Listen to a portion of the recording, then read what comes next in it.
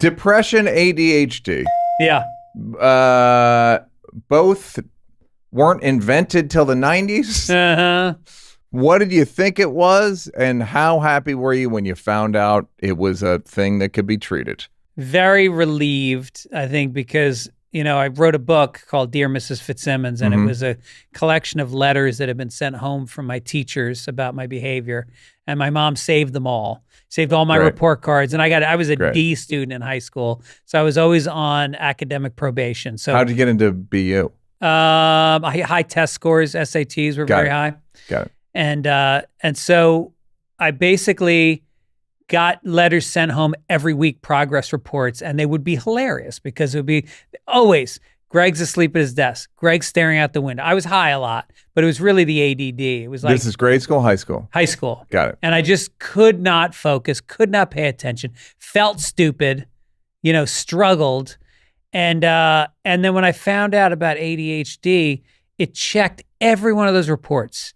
You looked at it with a different set of glasses on. You went, this is like literally the checklist for ADHD. Right. It's the symptom list. Yes. High risk behavior, huge thing with ADHD. Impulsive behavior, a need for excitement, because it's the only thing that can snap you into feeling in the moment. Right. Or being present and not like spun out. Right.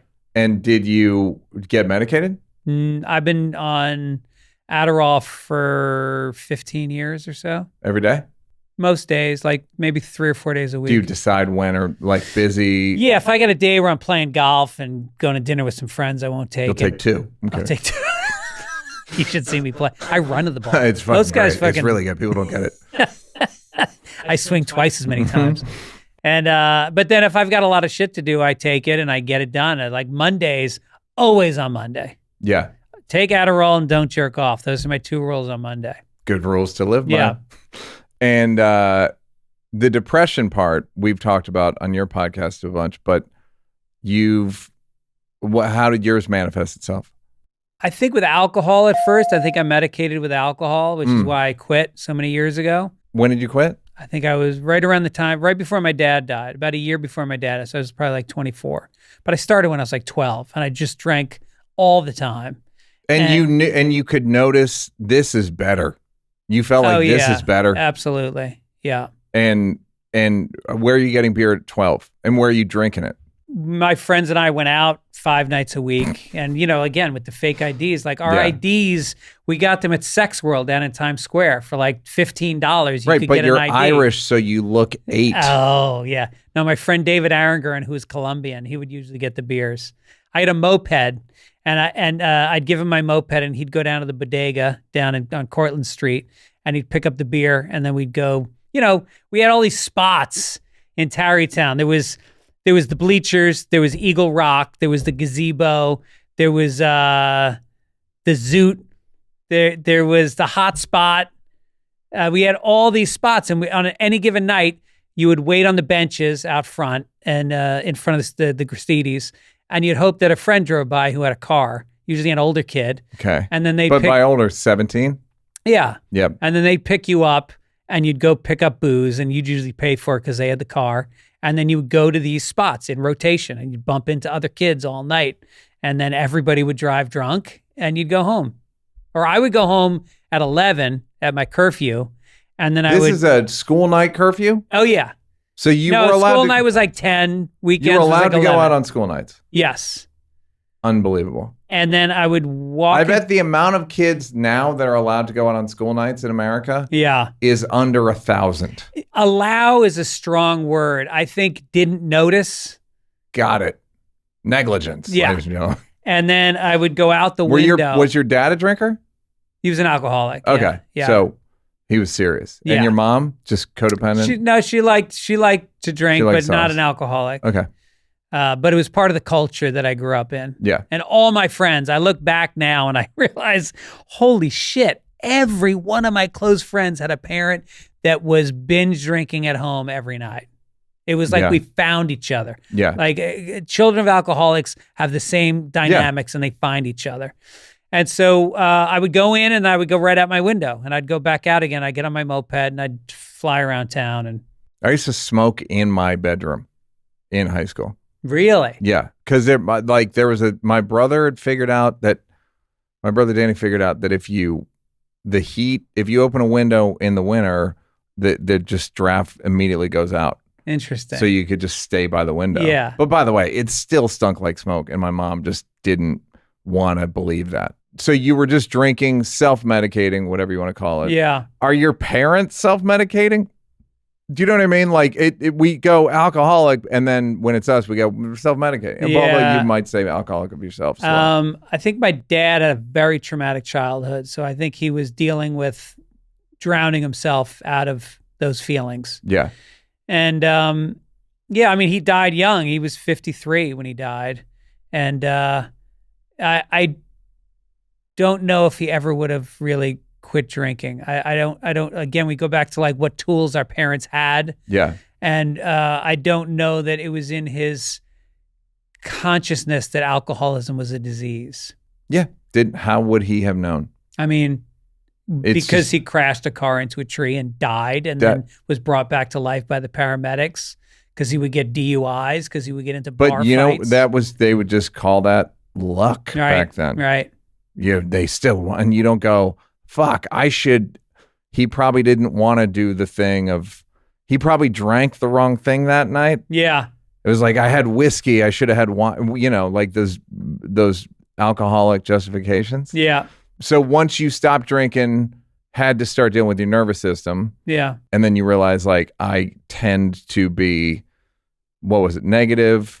What did you tend to be? Well, I always kept journals. From a young age, I used to journal a lot.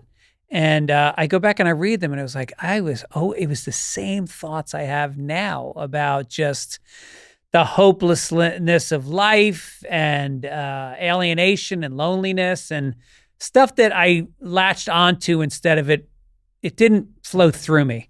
It came in and I trapped it, Interesting. And I went down all the way with it, and I stayed with it. And it was about unclutching it and letting it go. And so I was started going. Well, there's that righteousness again, because it becomes rumination within yourself, right? Where you have this feeling, you're like, I'm gonna focus on it, and I'm gonna reprocess it and process it and process it, and it's like, yo, man, this shit is not helpful. Well, and you feel that it's the truth, and you're honoring the truth. Yes, and I'm figuring it out, or I'm having a look at things, and it's like you're just staring at it. Yeah. Nothing's happening. I realized fairly recently, like, I don't write jokes ruminating. Ever. I've never written a joke ruminating about a parental relationship or a friendship or a girlfriend. Never. Never. Just stop. It's pointless. Yeah. And it feels awful. It feels awful. And I think when I started going to therapy, one of the things that helped me the most was cognitive, what is it called? Behavioral therapy. Cognitive behavioral therapy, with the idea being your thoughts are not reality. Yes. They're not the truth. And that if you can notice the patterns of them, you can see it and you can replace it with another thought that checks the reality of that original thought. And that meant keeping a notebook, because you can't just think that and think that's going to make it go away. And I had this amazing therapist, Sheila Gray, and she had me keep a notebook, and we would check it every week, and I would check those thoughts. And I still fall into them, obviously, but I think I'm able to, come out of it a lot faster than I used to be able to. Give me a common thought and then give me a common check. I never get invited to festivals. Okay. Comedy festivals. Mm-hmm. You hear about, Moon Tower is going. I didn't even realize it was going on until I see people posting from it. Why didn't I go to that fest? And then I stop and I go, I'm going to one in Pittsburgh in July. Right. And so I check that's called all or nothing thinking. Yep. And I do a lot of that. There's we flashed it on here before. We'll put up the cognitive behavioral thought distortions. Oh, really? Yeah, there's a chart. Yeah. I have it on my phone. It's unbelievable. Yeah. Because you can't, I remember sending it to Rock one time. He goes, this is my inner monologue. It's like, we just think of it as writing. Yeah. Or we think of it as like, that's just what your brain does. And I was like, no. Right. These are legitimate distortions. Mm-hmm. And you have to, it's like thinking of it like a child and being like, no. And it's like, I see, no, that's not reality. And it's not getting angry at the thought. That's the thing, is I think when you try to grip down on it and go, no, don't. Instead, you got to go, oh, like a fly on the wall. You observe the thought without getting emotionally invested in it. And in that way, you're able to, so much of therapy, the Freudian analysis was lay down on the couch, talk about your childhood, feel these traumas. And now with cognitive behavioral therapy, it's very intellectual. It's very much just examining it in a very neutral way and taking the power out of it. Yeah.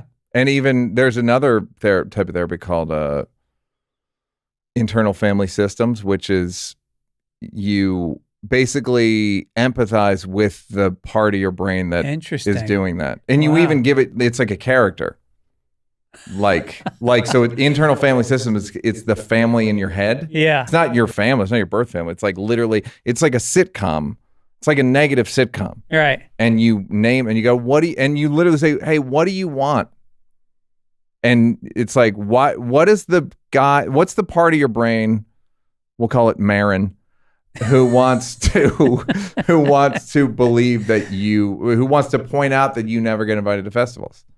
What does it want? It just wants you to feel bad. And then it's like, why do you want me to feel bad? And then generally speaking, the part of your brain will actually be honest.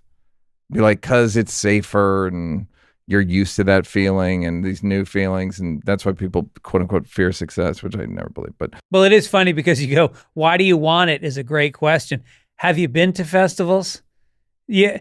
You stay not in a not great hotel. Yeah. You see there's landmines of people that you're walking past. Every room has got 4 people you've been avoiding for a year and a half. The crowds are generally not good. It's just the general public being brought in to see quote unquote comedy, not to see you. Right. And they you usually get paid about a third of what you make in a club. Correct. Yeah. But you should long for them. Hey, did you like that? Did you like that? Yeah, did you like it though? You want more? Don't want to work? Would rather watch videos of me grab-assing with people? First of all, go up here to subscribe and then go up here to watch more clips. This is like when the weatherman says there's a high pressure system coming in. I'm not really used to the green screen.